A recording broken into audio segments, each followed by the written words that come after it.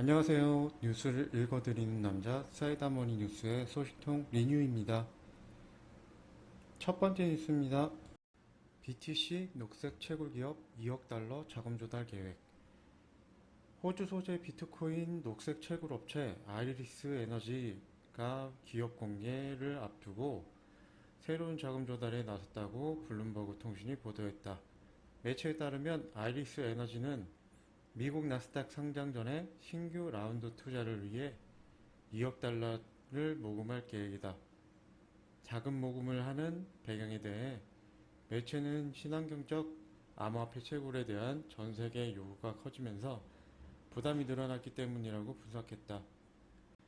아리스 에너지가 직접 상장 외에 다른 옵션도 고려 중인 것으로 파악됐다.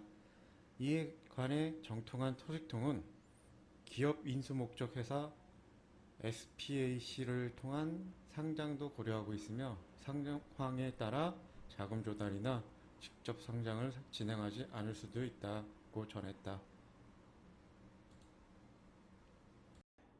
다음 뉴스입니다.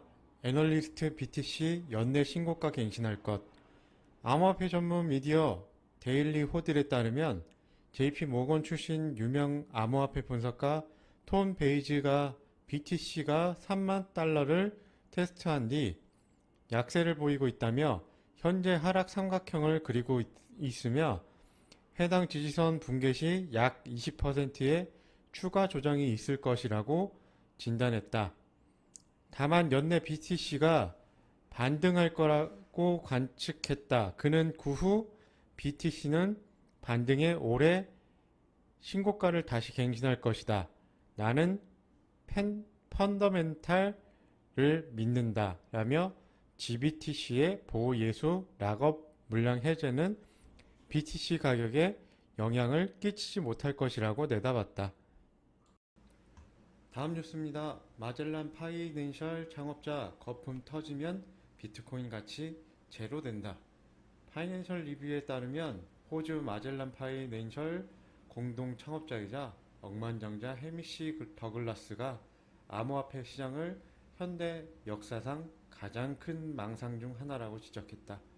그는 정부와 중앙은행의 부양책에 의해 인위적으로 부풀려진 자산 가격에 거품이 거치고 나면 암호화폐 가격은 결국 제로로 추락할 것이라고 주장했다.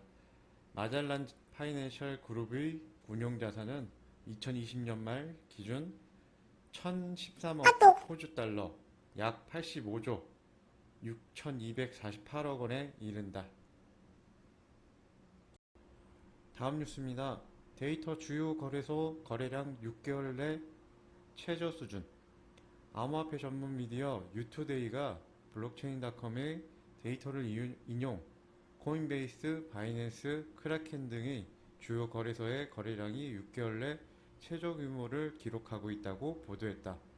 이와 관련해 미디어는 거래량이 가장 많은 BTC USD 페어도 1.19억 달러에 그치며 6개월 만에 최저 수준을 나타내고 있다며 대부분의 거래소들이 거래량이 15에서 30%가량 감소했다고 덧붙였다. 다음 뉴스입니다. 신한금융 코인 투자 많으면 대출 축소. 19일 매일경제에 따르면 앞으로 비트코인 등 가상화폐 투자가 많은 사람은 신한금융에서 대출받기 어려워질 전망이다. 신한금융은 최근 그룹 차원에서 베이비붐, XMZ 세대 등 세대별 특성과 고객의 비트코인 주식 투자 현황까지 감안해 금융자산 리스크 관리를 한층 강화하기로 했다. 이에 따라 고객을 세대별, 지역별, 채널별 주식, 비트코인 투자 현황으로 나눈 세그먼트 분석을 진행하고 향후 리스크 발생 가능성이 높은 고객 집단을 도출해냈다. 신한금융 관계자는 분석 결과를 바탕으로 세대별 취약 리스크를 정리하고 개별 금융회사 업건과 특성에 맞는 리스크 전략을 수립해 대응할 계획이라고 말했다. 다음 뉴스입니다. 아크인베스트먼트 비트코인 플랜 발표한 스퀘어 주식 매입. 코인데스크에 따르면 캐시 우드가 이끄는 아크 인베스트먼트 매니지먼트가 비트코인 관련 플랜을 공개한 스퀘어의 주식 보유량을 발표 당일 확대했다. 아크 인베스트먼트는 지난 16일 트위터 창업자 잭 도시가 이끄는 결제 서비스 스퀘어의 주식 22만 5,937주를 매입했는데, 이날 잭 도시는 하드웨어 월렛을 포함한 비트코인 개발자 플랫폼을 구축한다고 발표했다. 특히 스퀘어 하드웨어 책임자인 제시 도로구스커는 자신의 트위터를 통해 비트코인 커스터디를 더욱 주류화하기 위해 하드웨어 월렛 및 서비스 구축을 결정했다고 밝혔다.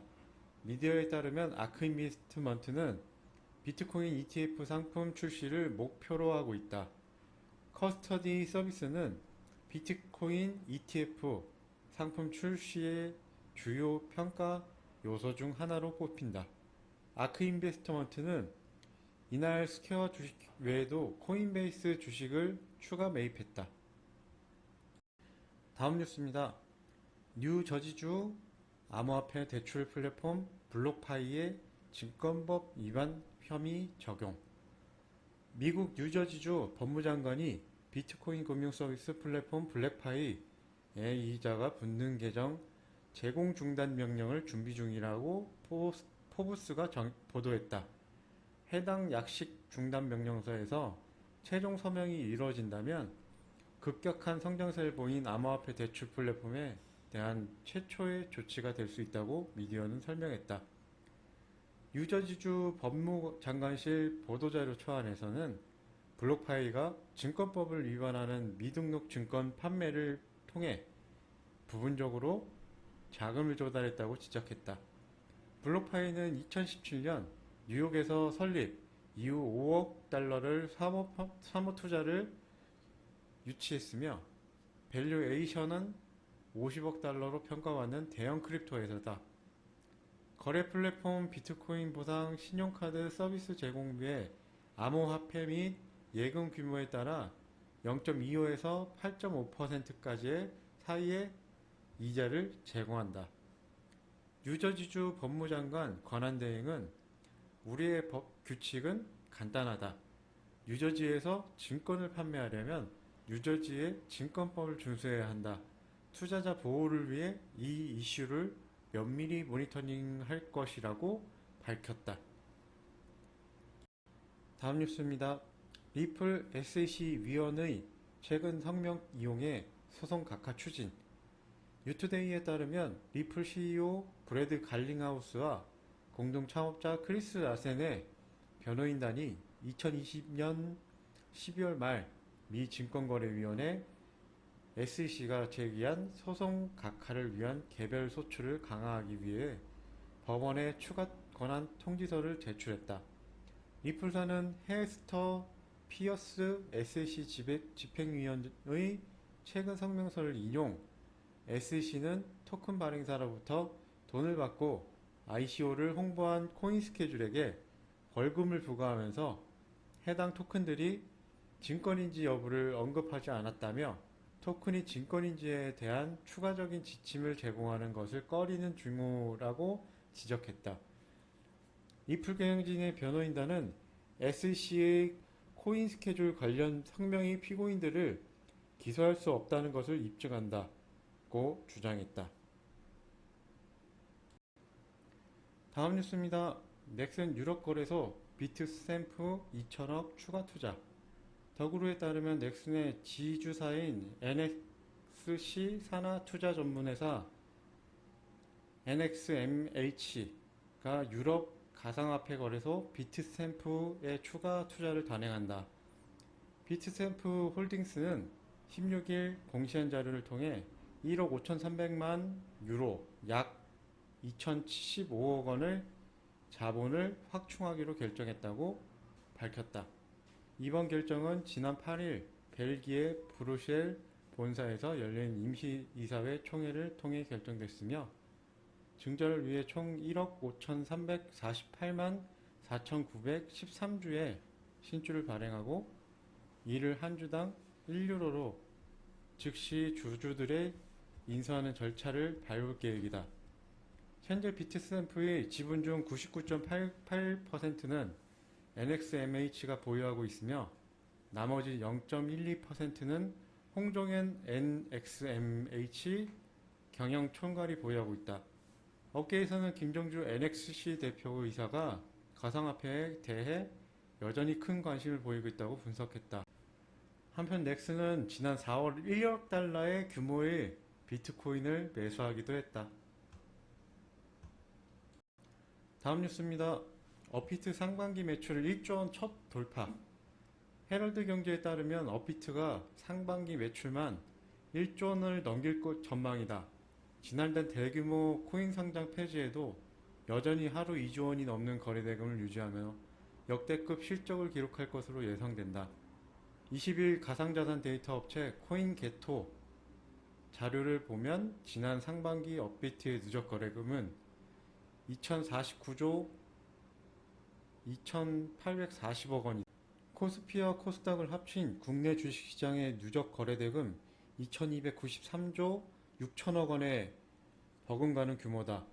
업비트는 원화 거래 시 0.05%의 수수료를 받는다.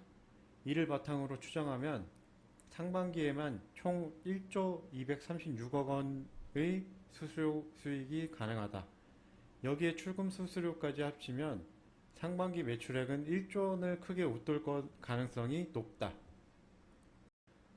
이상 뉴스를 다 읽어드렸고요. 다음 시간에 좋은 소식으로 찾아뵙겠습니다. 감사합니다.